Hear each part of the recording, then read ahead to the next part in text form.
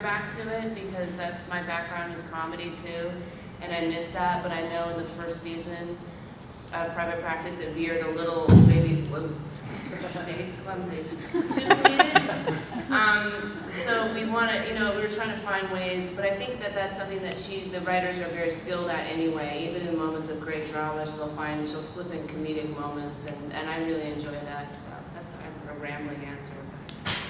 Okay, right here. Simon from the UK, another compliment from UK journalists, but you look in fantastic shape. Do you have a regime? And although you don't need it now, later in life, would you consider surgery? Some actresses will, some won't. I do nothing, it just happens. No, I'm kidding, I work out all the time. Because I like to eat and I refuse to alter my diet. So I do Pilates, that's my big thing. I love Pilates, and then I go hiking when I'm off of work, which I've been off for a couple months.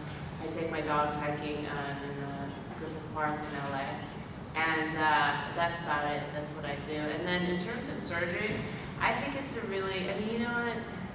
Who cares really what I think? But of course I'm going to tell you because you asked. I think it's sad. I think it's weird. I think it's sort of like we're in a Blade Runner world.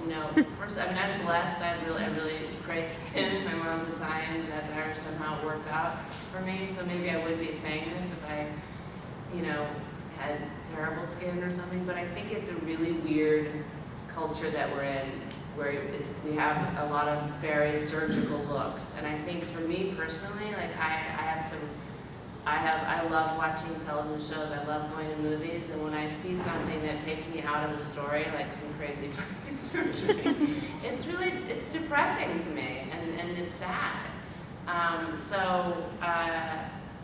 Yeah, I don't know. I don't think so. No. But it is a weird thing. It's a weird thing to have. Part of your job is that you sit in front of a mirror every day for hours on end, looking at yourself. You're bound to go a little cuckoo. But you can't. You just can't do it. Okay, we've got a question here in the back on the right. Yes, I get down from Belgium. One more question about your appearance, your looks. You've been compared to quite some other actresses in the press, and I've written down a few. Catherine Deneuve, Katharine Hepburn, Rita Hayworth, and Tori Spelling, even. I love and Tori Spelling. With all loves Tori Spelling. Go on, carry on. Our next question was, which comparison do you like the most and which one the least? But I think the last question has been answered. Which one do I like the most? Which least the least, but he says he thinks the answer. No. It's just funny because when I was a struggling actress in New York and I was waiting tables, people would say Catherine Deneuve or Tori Spelling, and I just think it's kind of a funny. It's kind of a different. It's a big spectrum. First of all, it's very flattering and embarrassing, and honestly, to be compared to any of those women. And Tori Spelling, I know her, and she's a very, very lovely person. So I just think it's funny. Okay, let's be honest. Growing up, Katharine Hepburn was one of my idols. When I was a little girl, wanted to be an actress because I would watch old movies with my mother, and so I had crushes on various dead movie stars at the time, Gary Cooper and Spencer Tracy and all sorts of Tyrone Power, all these people. And Katharine Hepburn was one of the women that I just thought was fantastic to watch and really inspired me. And of course, Catherine Deneuve she's an icon, she's beautiful, and if anybody remotely thinks that I ever looked like her, that's very lovely. They even made that reference in Grey's Anatomy. Yeah, I know, which was awkward for me. What do you do with that? It's a little idea, that's right, don't I? Yeah, we've got a question right here, just ici. Vous n'avez jamais eu envie de rentrer pour toujours dans Grey's Anatomy? On a dit que c'était possible de vous laisser private practice et retourner à Seattle. Okay, just first question first. So, did you ever have any desire to go back to Grey's Anatomy 100%? She's saying she heard rumors that you could, if you'd like, leave private practice behind and go back to Grey's Anatomy. Oh, no. I couldn't, it's not up to me. So I love going back to visit, but I love that show. That's so many things happened with that cast that was the first time for all of us. It was such a huge hit show. It was an incredible experience, and they're like my family.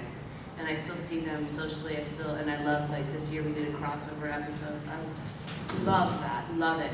But it's sort of like going home. You can't go home. You can't go back, and that's how I feel. It's like great to go home and stay for a little bit, and we go on. We moved on, everyone's moved on, Alors, juste là-bas, le micro, je pense. Vous avez une deuxième question?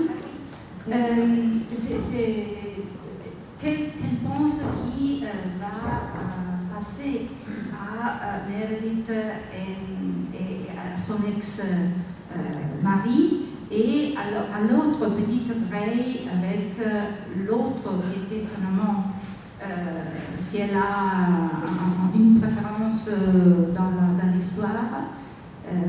Dans Grey's Anatomy? Oui. Entre Patrick Dempsey et le Pompeo? Ah oui. Okay. Et les deux Grey. Les deux histoires entre les médecins et Grey, qu'elle pense de ça. Okay. Just another quick question about Grace. What do you think about the love triangles that have been going on there and the possible upcoming wedding between Ellen Pompeo and Patrick Dempsey? I don't know. I think it's great. I mean, yeah. Is it about time? Yeah, it's great. I mean, I don't think she should ask them. Yeah. It's fantastic. They're fantastic. I love the show. I have a TiVo and I'm obsessed with it still. I watched it. I love, the season finale, and I think it's great. I think that the storyline is finally resolved in a way that's what people wanted and what it's about time. It's been 5 years. Yes. Just ici derrière, just there. Andreas from Germany. Does the economic crisis changing the working condition for TV actors, and make they pay you less or you have to work more? And you as a board member of CAG, what are you fighting for? Oh, Screen Actors Guild, SAG? Yeah. Well, basically we've been fighting to get a contract done so we can get back to work. So we can get everything that's a really long, complicated question, but we just want to ratify the contract. And that's why I joined the board of SAG, so we could get more people in there. That it's a pretty complicated situation in there. So we wanted to make sure that we ratify the contract so that there's not a possibility of a strike, and that we can keep working, because obviously our economy and but even previously, the Writers Guild strike for me wasn't effective. It put so many people out of work. It devastated the business. It obviously abbreviated our first season of Private Practice to only 9 episodes. So it was pretty devastating, and we didn't want to see that happen again with SAG. But it's a really difficult thing. You had to go in, and it's a very tricky situation. And then in terms of how the economy is affected. Our pays haven't been affected yet. The hours are what the hours are, but we're just I'll tell you, I think every person is very grateful to be working, because every crew member, which is another reason why it's imperative that there is no strike right now for SAG, and that we just move on and take the contract, in my opinion. Because I think we all have friends that have lost their jobs, and I have many people close to me that just, by fortunes or by luck, they've lost their job, and then layoffs, massive cutbacks, and it's so serious. It really is that I don't know how it is in Germany. I think there's similar situations where I was reading, and it's pretty bad everywhere. So.